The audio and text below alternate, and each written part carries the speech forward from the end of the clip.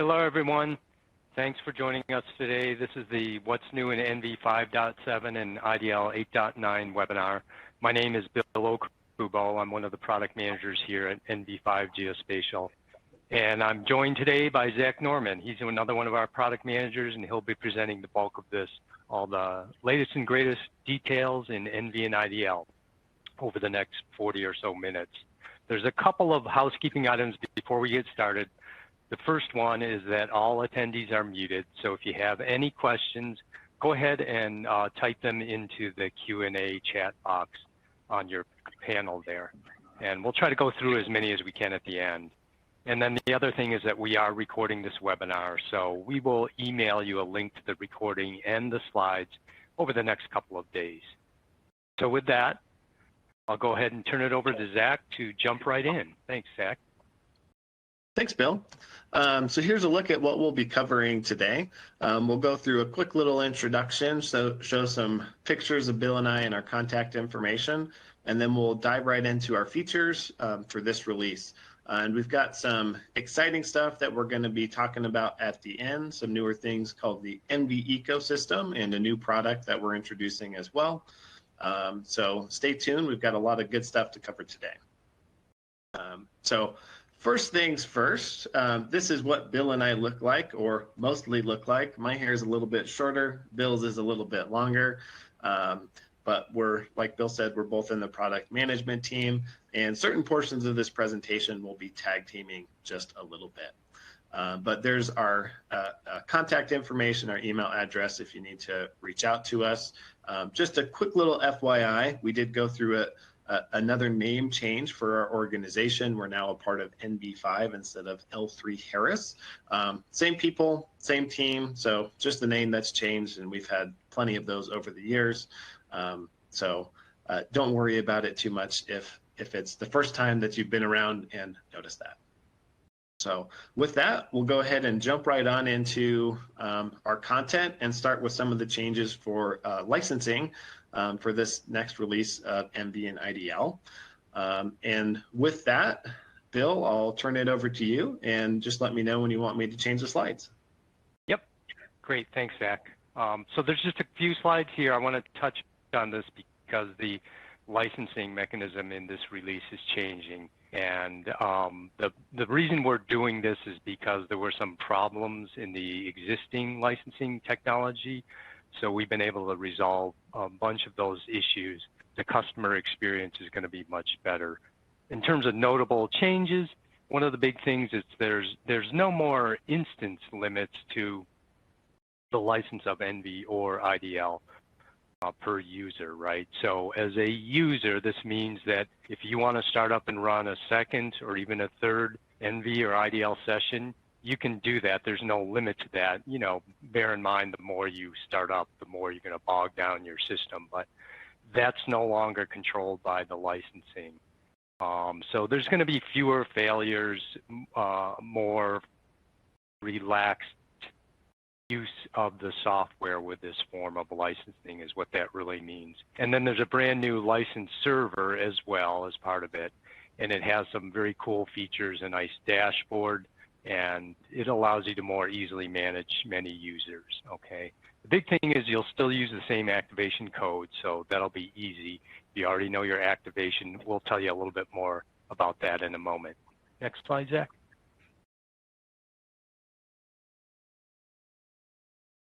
Okay, so this is, our website here, and the key is that the download page is off of our website. So if you already have a web registration for our website, that's great. You'll need to log in when you come to our website to get to the product downloads. That's available. The downloads are available off of the support menu on the top menu there. So this is your first experience. You log in, and then next slide, Zach. And then you can access the actual download page, and it's a very simple, straightforward page. It shows you the current releases, and you can even click on prior releases if you want to see that. And then it has a line item for each the product. It's sorted by products and version number, and then on the far right is the download. There's some other information like release notes that you can look at before you download. So it's a simple experience. Next slide. And then this is really key, this license migration. That's what I was talking about to make this simple. The system will remember that you had a license activation. That big dialog that you're seeing there is the license administrator that you'll be familiar with. You can activate, deactivate from that. But also the little dialog at the bottom there is really something that will pop up if it discovers a previous license. And if you click the migrate button there, it'll just automatically ingest your activation information and pass that to the new version of the software, and then you'll be ready to go and start the software up. If you have a license server and you need some help, or if you have any questions, you can always contact tech support if something doesn't seem right to you or if you have a question. Okay, next slide. Okay, Zach, then we'll just pass that back to you to get into the real details. Great. Thanks for the intro, Bill. Let's dive on into ENVI. All right. So just like every ENVI release, we have some new file data format support that we'll be covering here as well. Starting on the left, we have the emit sensor and a nice little pretty screenshot over South America. We have support for the level 1B and 2A hyperspectral data sets. So emit is a hyperspectral sensor put up by NASA and JPL. The link that you see there on the left-hand side will take you to the data discovery and download portal as well. Then over on the right, and this is more than just a data format, but we added support for NIDIF, SICID, SAR data.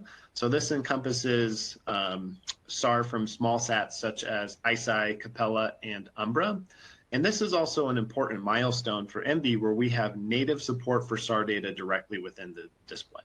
So no third-party processes, click and drag, or drag and drop, and it will open up directly. So we have a nice little pretty screenshot of a Capella SAR image showing some oil tanks, just to give you the art of the possible, and we'll show this a little bit more in a video later on. But this is really exciting and something that we'll be growing and expanding upon in the future as we go forward. We have one other data format that we've got support for as well. This is native GeoJSON support within ENVI. So for those that don't know, GeoJSON is a text-based and human-readable format for vector data. One of the biggest advantages it has over something like a shapefile is it lets you have points, polylines, polygons, or any combination of those within one, GeoJSON file, rather than having to have separate shapefiles for each of those entity types. So you can click and drag those directly within ENVI's display, and it will open. And here we have some crosswalks detected with machine learning with nice little green polygon outlines around them. So pivoting here to talk about some of our new tools and functionality that have been added this release. First, we have line of sight. So line of sight is a tool that's been around in ENVI for quite a while. We have a flavor of it in ENVI LiDAR, but we've been focused directly on the ENVI desktop 3D capability here specifically. So our new user experience for line of sight makes it easy for you to go around, drop parameters with a single click, or drop viewers with a single click, and see the area that a viewer can see. And here on the left-hand side, there's a little dialog that shows some of the parameters, such as the range and observer height, and some other properties there as well to make sure that you are getting the right line of sight that you need. But one of the biggest changes here, and I like to call this route analysis, is that you can actually define a path, whether it's with polylines or polygons, where an observer will actually move along that path and give you a great output like you see on the right here, which is all the areas, if you traverse all those little yellow dots, that somebody can actually see. So this is a little bit better to look at in a video. So here's our Viewshed and route analysis in action. So this starts out with just some simple clicks where you're seeing just a circle If you right-click, you can create a new path, and sped up a little bit here so you don't have to watch me slowly click, but we can create a path from some points, and then we can use our controls for route analysis to animate through, and you'll see our little red dot moving and our green circle goes along the path that we've defined already. And the real beauty of this is that this path that you process, once you've gone through the entire thing, you can export results from your path to get, rather than just a viewshed, you can get kind of like a view probability, kind of most visible, which is what this little color table image shows right here. So you also have just a traditional classification layer that shows you, true, false. Green is I can be seen here, red I can't be seen from this area. And then the rest of the video is just showing, bringing in some ancillary data layers there, linking views and looking at things kind of side by side. So I know I'm going pretty quick here, but this is a really exciting new tool, lots of great functionality and capabilities that this exposes, and helps add another dimension to visibility analysis within ENVI. So from here, we've got a couple of smaller features that we want to talk about. A small but mighty one is fast band animation.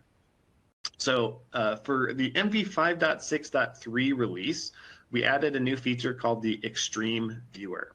This Extreme Viewer allows you to view video raster data sets, which are called MyForNitif. They're pretty niche data set used primarily in kind of US DNI community, but this viewer that we've created called Extreme is optimized for speed and performance.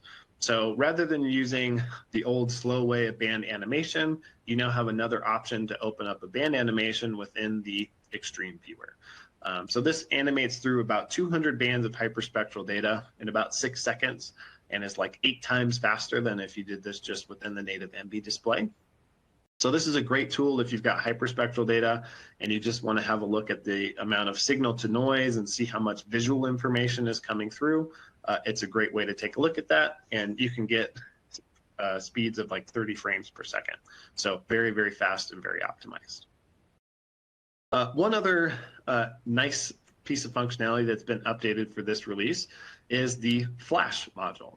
So FLAASH stands for Fast Line of Sight Atmospheric Analysis of Hypercubes, and basically it's an approach for atmospheric correction, which models the atmosphere to get your data ready for analysis and in units of surface reflectance. Behind the scenes, FLAASH has been updated to now use ModTrans 6. There's a couple of other items on the left there that you can read through yourself, but the main thing is that the dialogue has been updated. It looks and feels like it's a part of ENVI, new ENVI, modern ENVI, whatever you'd like to call it. There's a few other kind of notable items here. One of the things is that if you've used FLAASH in the past, you had to go through a very specific set of pre-processing steps in order to actually use FLAASH with your data. You no longer have to do this, and you can provide data that has not been radiometrically calibrated yet to units of radians, and FLAASH will do that for you automatically behind the scenes. So with this new user interface, one of the benefits is that you can use this programmatically through IDL or ENVI using our pattern of ENVI tasks, which we'll talk about more here in just a second. So small but big feature. It's really important if you are working with remotely sensed data to make sure that you get it ready for analysis. And this is one of the 2 ways that we have in ENVI to get your data in the right units, which are surface reflectance. All right. Pivoting a little bit to one of our kind of major features for this release is continued work on our ENVI workflows, as we're calling them. So over the next couple of releases, and from the last 1 or 2 as well, we've been working on migrating some of our legacy workflows within ENVI's toolbox to have kind of a new paradigm of user experience and accessibility. So we're not trying to make science easy or dumb science down. We just want to make it easier for people to go through who aren't maybe experts at remote sensing and go through some of these more complex workflows without needing to worry about all of the details. So what we focused on for this release is our change detection workflow. And this change detection workflow actually kind of consolidates the capabilities of 4 different workflows, which you'll see listed on the right-hand side of this slide. So change detection is the one we've been focusing on. We've got some other exciting ones lined up for hyperspectral data that we'll be coming at next, but this is what we've got for this release. So talking a little bit more about the change detection workflow. Change detection, generically, you can take an image from time 1 and time 2 and go through and try to assess or quantify change between two scenes. So here in this video, it's quickly going through and looking at two data sets over an airport in New Zealand. One of the functionalities of this workflow is preview. So you can pick some of the different change detection methods, click on preview to actually view the results, and try different algorithms to see which one is best suited for your needs. So this is where that interactivity becomes very useful because there's a lot of different ways that you can try to calculate and determine change. So being able to go back and forth, try different algorithms, see what your end results look like, going back and forth between the steps is really that improvement to user experience that we're going for here. So I'm not going to let this video finish just to keep us on time here. We've got a lot of other goodies to cover. So one of the most important parts about the new ENVI workflows is actually the very last step. So here, all the way on the left-hand side of our screen, we have a little red box from our change detection workflow that says Open Workflow in Modeler. So any workflow that you go through and manually click buttons on, we save the data, your settings, and you can create an automated ENVI Modeler workflow from the clicks and manual steps that you went through. So this is a great way to help make sure that if you have a lot of data that you need to process, which has all the same settings, you can go through the workflow once, create an ENVI Modeler automated workflow, and then drag and drop your 10 or 15 images and iterate through all of those without ever having to manually click buttons for each data set itself. So this is one of our kind of usability and more for power users, but if you're doing something that's very repetitive, I would highly recommend spending a little bit of time learning about the ENVI Modeler. We'll get to that here in just a second, actually. So the other thing that I want to call out here with the ENVI workflows and a little term that I coined called clicks to code is that once you get to that last step of your workflow, you generate an ENVI modeler file. You can then convert that into IDL code directly. So this is a nice little path for people who are programmers to get a base that you can copy and paste from to utilize however you want to. So if you're not a programmer, don't worry. You don't need to go through this, but I just wanted to give an example. And this is using some of the new machine learning tools that have been added to ENVI at the end of last year. So lastly, if you are new to the ENVI Modeler, we've gone through and we've added in about 10 or 15 examples here, you'll see in the screenshot, directly accessible from within the modeler. So these are great ways, little hello world examples to help get you started without needing to dive into and look at all the documentation or things like that. So check these out. Great way to get up and running. And like I said, use the workflows, create ENVI Modeler workflows from the manual steps that you go through, and you can automate the processing of a lot of different data sets that way. So check it out. This is really exciting capability within ENVI. All right, pivoting here a little bit to our last big major ENVI feature that we're going to spend some time on is ENVI and ArcGIS Pro. So if you've been a longtime ENVI user, then hopefully it's no surprise that we've had an integration with ArcGIS products in general over the last 10, 15 years. It's been a while. And so what we've done for this release is we've migrated that integration between ENVI and ArcMap to ENVI and Arc Pro. So that's kind of the, well, we'll jump that in just a second. But the other component of this, and this is still the same, it hasn't changed at all, is that apart from the application integration, which lets you send data from ENVI to Arc Pro, we still have our existing ENVI Python package that lets you run ENVI tasks directly from Python or ArcGIS Pro. So if you're wondering why the ENVI Modeler and generating code matters from some of those workflows you go through, it's because that's the language that you need to speak if you want to reuse some of those capabilities elsewhere. So Just to jump into the new capabilities though, so our ArcGIS Pro integration allows you to easily send data directly from ENVI to Esri's UI. So there's 3 places where you can do that within ENVI. If you're in the layer manager, if you right click on an item, there's a send to ArcGIS Pro button down at the bottom there. If you have the data manager open in ENVI, you'll see the ArcGIS Pro icon directly there. So you pick a data set, click that button, it will send that data to ArcPro. And if you're in the main file menu within ENVI, you can click File, Chip View to ArcGIS Pro as well. And here we have a short little video that shows sending a data set over the Washington, D.C. area directly to ArcPro. So a little bit of jumping around there because we're within ENVI, then we got to navigate over to ArcPro, but short, simple, sweet, easy to use. So as part of this, and we'll touch on this a little bit later, but with this version of ENVI and IDL, we've dropped support for 32-bit ENVI and 32-bit IDL. The main reason that we were keeping that around was to support the ArcMap integration. So with our migration from ArcMap to ArcPro, ENVI 5.7 will no longer support ArcMap integration like we did in the past. So if you still need to work with ArcMap, you're going to need to stay on an older version of ENVI. With that, let's go ahead and pivot over to a few IDL features. First one that we're going to run through is new syntax for literal strings. So literal strings are strings that you create with backticks instead of single or double quotes. There's a couple of benefits to using literal strings instead of previous ways of generating and concatenating strings within IDL. And part of that is that literal strings allow you to embed values directly without needing to convert them to strings before. And literal strings support escape characters, which our older strings did not.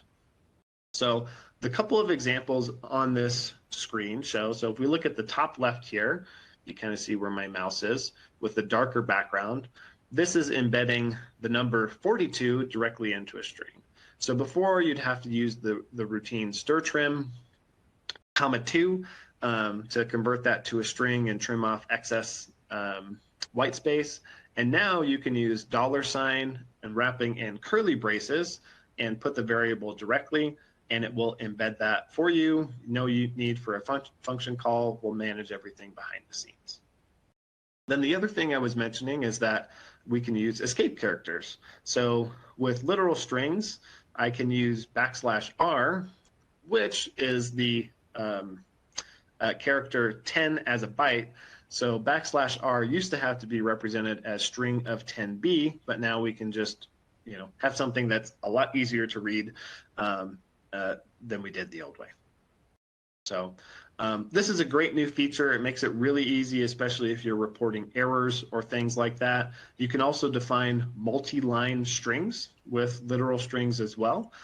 So it's a great way if you have a lot of content that you need to embed in an IDL instead of Pro code to do that instead of having to create an array and join that together. So moving on, one of our other big IDL features for this release is a revamped IDL-Python bridge. So one of the things that we did is we took a step back and we reevaluated the setup and design for getting the IDL-Python bridge working. And basically our goal was to resolve some of the frequent problems that people have been running into, especially if you have multiple versions of Python, to help make the IDL-Python bridge more robust.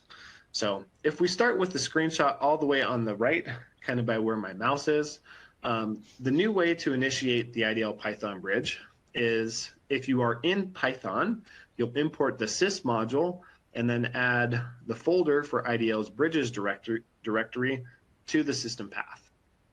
After that, you can import directly from the IDL-Py module, which starts up IDL and sends data back and forth, just like anything else in Python. So you just need to do this once. So if you have a complex Python program at that root entry point for Python, just import this code. No more environment variables and complexity there. But if you're not familiar with the IDL-Python bridge, it allows you to, from IDL or Python, send data back and forth and access routines from either IDL within Python or Python routines within IDL. So a couple of little code snippets. We're not going to spend too much time on that here. But yeah, this is a great update to the Python bridge. And for those that don't know, we support Python 3.8, 3.9, and 3.10. We also have some additional syntax changes to IDL for this release. We have, I guess it'd technically be 5 new ways to create numbers. So if you're trying to define binary, octal, or hex data, we now have shorthand of 0B, 0O, or 0X, which is much easier to read, I'd say, than using the previous way of having to use single or double quotes. And the most important one, I think, here is we have nice new shorthand syntax for creating complex numbers using I for real and J for imaginary. So just like when you're in school doing signal analysis, you can use I plus J directly, and IDL behind the scenes will map those to complex float or complex double float 64 numbers, depending on the data types involved. And additionally, for this release, we have some new routines. So on the left, we have the Gabor filter, which has been added to IDL. And this is a widget dialog, or widget application, I guess I should say, that shows you a little bit about the Gabor filter and allows you to adjust some of the parameters to see what the kernel looks like to help identify different features within your scene. So as the video changes, you'll see the little red update and the little screen all the way on the left, which shows the kernel. That changes as well. So this is a nice little app to give you an idea about what your kernel might need to be to extract and identify features of interest, partly because there's a fair number of parameters for the Gabor filter. And lastly, for this version of IDL, we've added the ability to parse and serialize YAML data. So YAML, similar to JSON or XML, is a human-readable markup language where we have key value pairs, which can be parsed and accessed just like JSON within directly within IDL. So YAML parse is a routine for parsing. And here you'll actually see an example using a literal string where we have a multi-line string that gets defined directly within IDL, which I think is a lot more readable and easier to use. So with that, we've got a few notables that we want to cover. Just like with every release, we have some new ENVI tasks that have been added here. We've got 8. I'm not going to go through all of them. You'll get a copy of these slides so you can take a look a little bit later. But part of this is helping support our migration to new ENVI workflows and make sure that we modernize and keep working on some of the existing ENVI functionality to make sure that it fits in with our paradigm that we have today for user experience. And from here, I will spend a minute or two on this slide. One of the biggest changes that we probably added this release is tooltips. So tooltips applies to IDL and ENVI, but the way that people will probably most often experience this is from within ENVI. So ENVI tooltips, now any entry within the toolbox, you can have your own tooltip. The tooltip in ENVI's toolbox gives you the name of the tool that you're hovering over and a short description of what that tool does. So this is a great way to allow users to explore what's in ENVI's toolbox directly within the application without needing to open up the docs and try to search through everything. So this is one of those just kind of little user experiences that helps make things be a little bit easier and more accessible. The other component of this as well is that we've added tooltips to items within ENVI's toolbar. So you have the ability, even if tools are disabled, you can hover over them and see what the tool actually is. So if you're wanting to figure out what a tool is and how to use it, it makes it much easier than before, which was you had nothing. So as I mentioned before, if we shift over to the right-hand side of this slide, we've we've dropped support for 32-bit ENVI and IDL. So it's been a long time coming, and with our migration away from our ArcMap integration to ArcPro, that was really kind of our last thing that was hanging us on to 32-bit. So we're now 64-bit only for ENVI and IDL. The other notable item that I want to call out here is IDL has support for the ASDF file format as well. ASDF is a new scientific file format that's going to be used on some of the upcoming NASA missions. I think it's being used right now a little bit as well. But okay, so from here we're going to pause, well, not really pause, but we're going to pivot a little bit to talk about a different concept which we've been calling the ENVI ecosystem. So if you have questions about some of the ENVI and IDL features, drop them in the chat. Like Bill mentioned at the beginning, we'll circle around on those. But we wanted to spend a little bit of time kind of introducing the concept of ENVI ecosystem, because this is something that we've kind of rolled out as far as our marketing campaigns and a little bit on our website here over the past couple of months. So let's jump right in and talk about what it is. So not to just read from our slide, but I am going to read from our slide here, where the ENVI ecosystem provides a suite of solutions for remote sensing, from desktop software to web applications and automated services, which enables users to create, develop, analyze, and collaborate on geospatial problems. Really, at a high level, we're just trying to describe and talk about different capabilities that we have that are powered by ENVI or IDL, and that you can use them in different environments, whether that's traditional desktop, it's for processing on servers, or hosted processing in the cloud that scales to meet demand. And so this is this next slide here is some content taken from our website. I'm not going to spend too much time on it, but basically we have kind of three buckets where we have our desktop tool, which is ENVI. We have our on-premises solution, server-based, which is ENVI Connect, which we'll talk about here in just a second. And then we have our hosted solution, which is hosted and maintained by us, which is called ENVI Insight. So what we're really going to be focusing on for these next couple of slides is really ENVI and ENVI Connect on the left. Partly because we had some new features added to ENVI Desktop, which support our ENVI ecosystem and integration between ENVI and ENVI Connect. So, but before we get there, let's take a step back and talk a little bit about what ENVI Connect is. So ENVI Connect is a brand new product that we released within the last month. We had a webinar on ENVI Connect, I think just a couple of weeks ago. You can find some use case videos and other information on our website. But at a very high level, ENVI Connect, our biggest goal is to help bring image science to non-imagery experts without the need for specialized or long 2 or 3 day training courses to try to get your bearings. So this is something that's lightweight. It's a web application, very easy to use. It can support 2D and 3D visualizations of data all at once. So ENVI Connect has its own catalog. You can upload, ingest data, visualize it, and you can also publish and deploy analytics that you've created from ENVI Desktop, which might be an automated change detection workflow that you went through manually. You can deploy that to ENVI Connect and expose that to non-remote sensing scientist users to just pick their data, pick their analytics, and hit go. So talking a little bit more about what ENVI Connect does, and this is a very simple slide, but if you're using ENVI Connect, you have all the tools you need for data discovery. So search and find data from ArcGIS image server or the native ENVI Connect catalog. You can visualize all that data in your browser, adjust, stretch, pick bands, do the kind of standard data visualization that you'd expect. And then you can go through and you can do analysis on your data via running analytics and visualizing outputs, or you can do things like feature counting, add annotations, measurement, some other basic tools. And the biggest part of this is collaboration.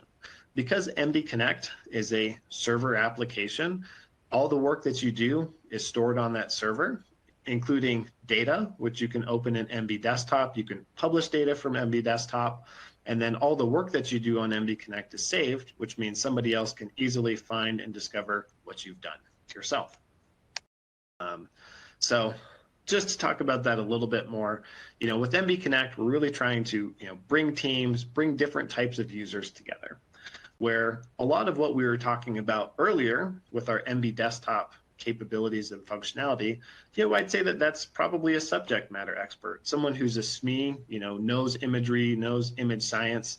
They know how to work with and process just about any kind of data. And that subject matter expert can create image processing workflows or derived products from data. They can put both of those on the ENVI Connect catalog, and then other types of users, such as analysts, data specialists, or just supervisors, can access analytics and data without needing this heavy desktop application. And one of the things that really helps enable this is that the analytics that you add to ENVI Connect are as simple as pick your data, pick your analytics, and hit go. So automation is really important and key. We're not talking about changing all sorts of parameters because some of the users on the right-hand side might not understand or know what they need set. So those automated workflows and using something like the ENVI workflows and the ENVI Modeler to create a nice, simple solution for other types of users to use is really important. And that's how we're trying to kind of tie the whole picture together, is you have these tools on desktop, create your automated workflows, and deploy those to Connect. But anyways, the real reason that we're talking about Connect is because we have some functionality that we've added to help support our integration. So here we are within ENVI Connect. I'm searching for data. I found an image, and we can copy a URL, pop back over to ENVI Desktop, copy and paste that URL in, and immediately open up the exact same data set that we were viewing in the browser. So this is just one of the two ways that you can access data or share data between the two. You find something and you want to work with a more advanced tool. Maybe you are that subject matter expert, and this is a great way to allow you to do that. The flip side to this is that you can also publish data to ENVI Connect from ENVI Desktop. Here, we actually have a SAR image that's been opened directly. So this is a native SICKED SAR data set where we can drag and drop the data into ENVI. We can then use File Publish to upload the data set to ENVI Connect. We can pick our username and password. Then we'll actually publish and upload. And after a few minutes, you can actually search and discover and find that data set directly within ENVI Connect. So the really nice thing here is if you do have specialized data sources that aren't maybe supported by ENVI Connect, we can use the rich power of ENVI Desktop and the almost 200 file formats we support to upload and work with that data set directly within Connect. So with that, that takes us up and wraps up our main content. So if you guys have questions, feel free to drop them in the chat box here, and I'll turn it back over to Bill.